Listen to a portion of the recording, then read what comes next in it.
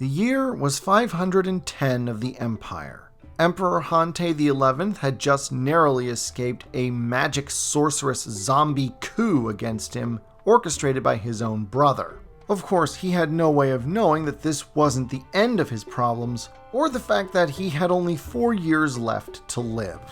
As if one coup wasn't enough, a second was attempted against the Imperial throne that same year. Fortunately, unlike Ichiban's plot, this one was incredibly half-baked. Its chief architect was none other than the Mantis clan champion Gusai Ryoshida.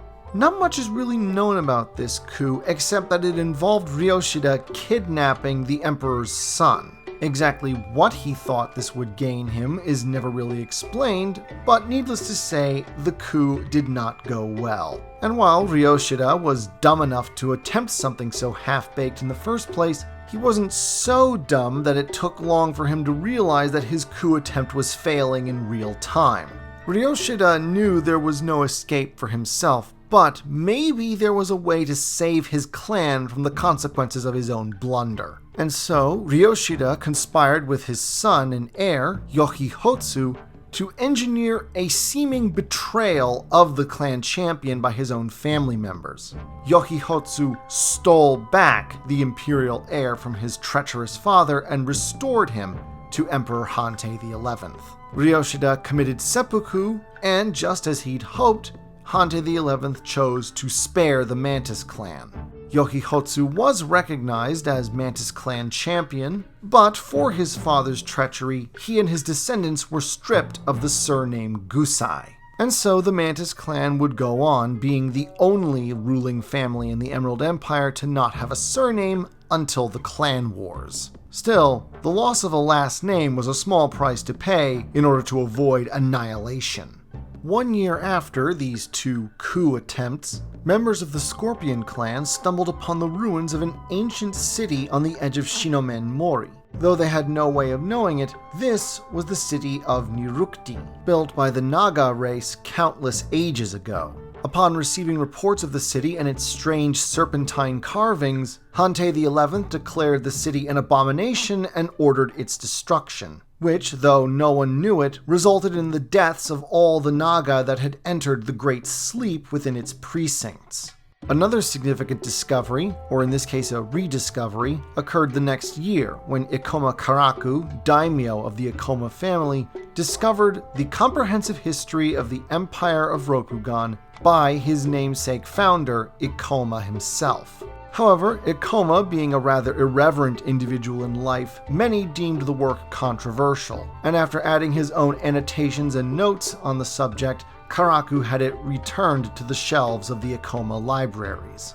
2 years later, in 514, a massive tsunami struck at the coastal provinces of the Crane clan. Tragically, many of the bodies of the victims were stolen by blood speakers, those followers of Ichiban that had survived the great Mahotsukai's downfall.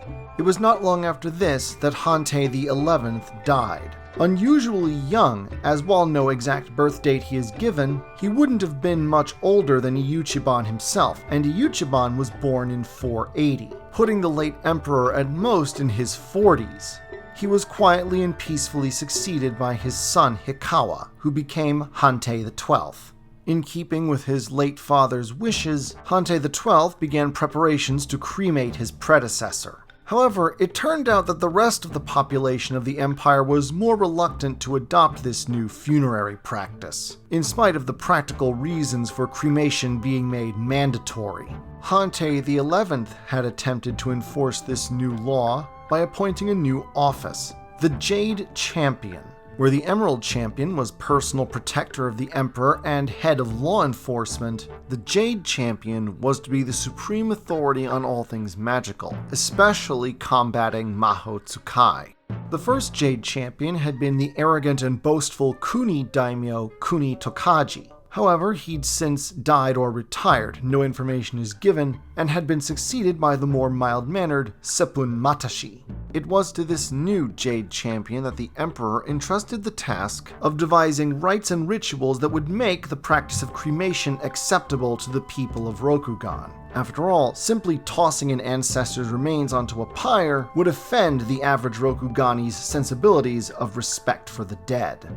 The Jade Champion called together a council of monks and shugenja in order to discuss and determine what would be the appropriate rites for a funerary cremation. Alas, Matashi's efforts were undermined at every turn by the Elemental Masters, the rulers of the Phoenix clan. They deeply resented the very existence of the office of Jade Champion because they considered themselves to be the ultimate authority on magic. No matter what Matashi proposed, the Elemental Masters always managed to find some way to shoot it down. And unfortunately, Matashi could not simply dismiss the Elemental Masters from his council. After all, they were the most powerful shugenja of the Phoenix clan, which by definition meant the entire empire, theoretically. But where the Jade Champion would ultimately fail in his mission, another would succeed. Thus, onto the stage enters the principal character of the story, a monk named Gorino. Born at some unknown date to a small family of farmers, Gorino's life changed forever when one day an army approached his village, and in the panicked flight, his family abandoned him.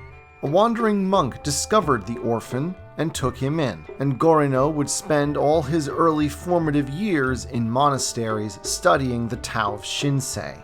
As Gorino grew from boy to man, he became noteworthy for two things. First, his deep intuitive knowledge of the Tao of Shinsei, and second, extraordinary charisma.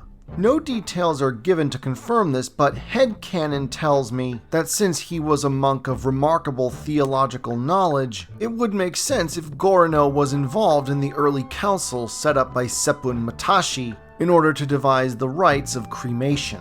The combination of knowledge and charisma, plus the fact that since he wasn't the Jade Champion, and thus not perceived as a threat by the Phoenix clan, this might possibly explain why Gorino ultimately came to the fore on the issue of popularizing cremation with the masses. His knowledge of the Tao would have enabled him to devise the kind of rites that the experts would have deemed acceptable, and as he is mentioned as wandering about the empire preaching this new doctrine to the people, his charisma would have helped him persuade the peasants to accept these new funerary rites into their day-to-day lives. This accomplishment not only garnered him a reputation across all the empire, but also the respect and approbation of the emperor. At the moment, though, Gorino's rise was taking a back seat to events across the rest of the empire. In the year 518, Bayushi Tsuya, successor to Bayushi Rikoji, the Scorpion clan champion that had helped uncover Iyuchiban's plot, scored a significant victory against the Lion clan by capturing the fortress of Shiro no Meo, a strategically important castle north of Beiden Pass. To commemorate his victory, and rub the Lion clan's collective nose in it, Tsuya renamed his new acquisition the Lion's Shadow. Naturally, the Lion clan mustered an army to try and take the castle back, but they failed miserably, and among the casualties was the army's leader, Lion clan champion Akodo Ieyasu. He was soon succeeded by Akodo Kento, a man who would play a very significant role in the story of Gorino.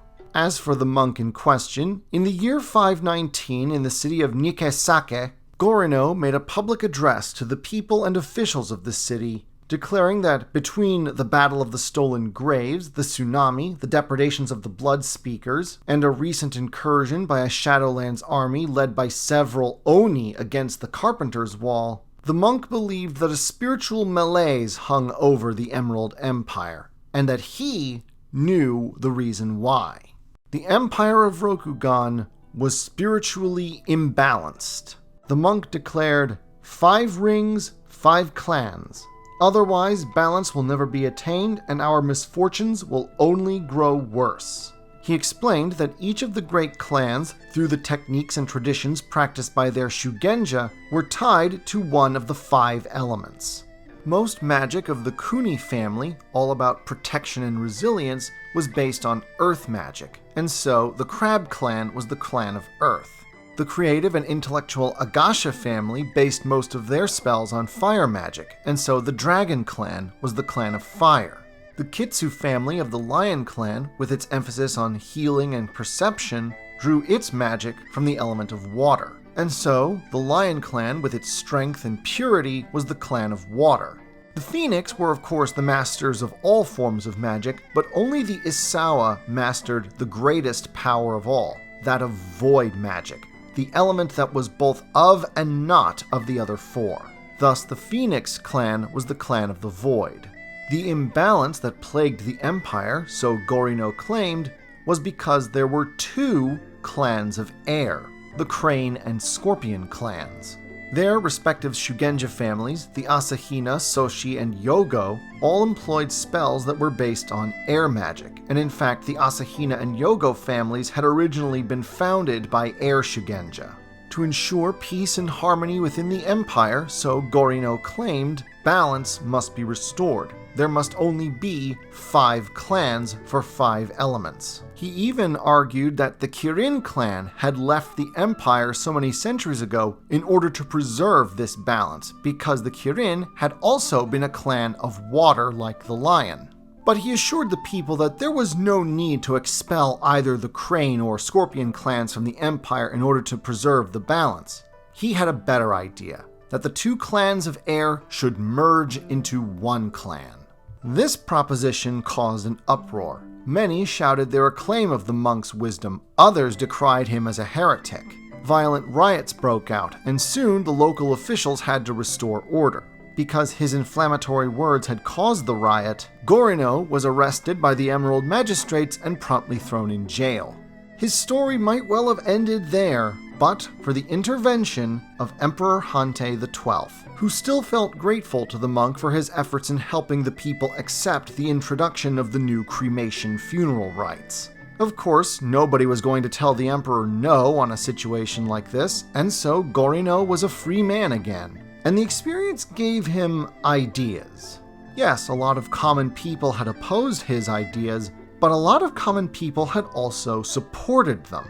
More importantly, the emperor actually liked him enough to intervene on his behalf. If Gorino could cultivate that relationship with the emperor, maybe he could bring him around to his belief of what must be done with the empire. And if the emperor became his backer, then no one would oppose his idea of 5 rings, 5 clans, or decry him as a heretic. The seeds of the heresy of 5 rings had been planted.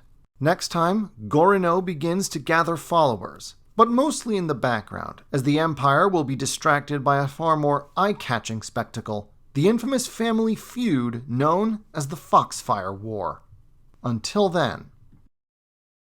It is the Sengoku Jidai. Besieged and surrounded by his enemies, a lord pays a group of men to see his only child to safety. But do they have the skill to ensure her safety?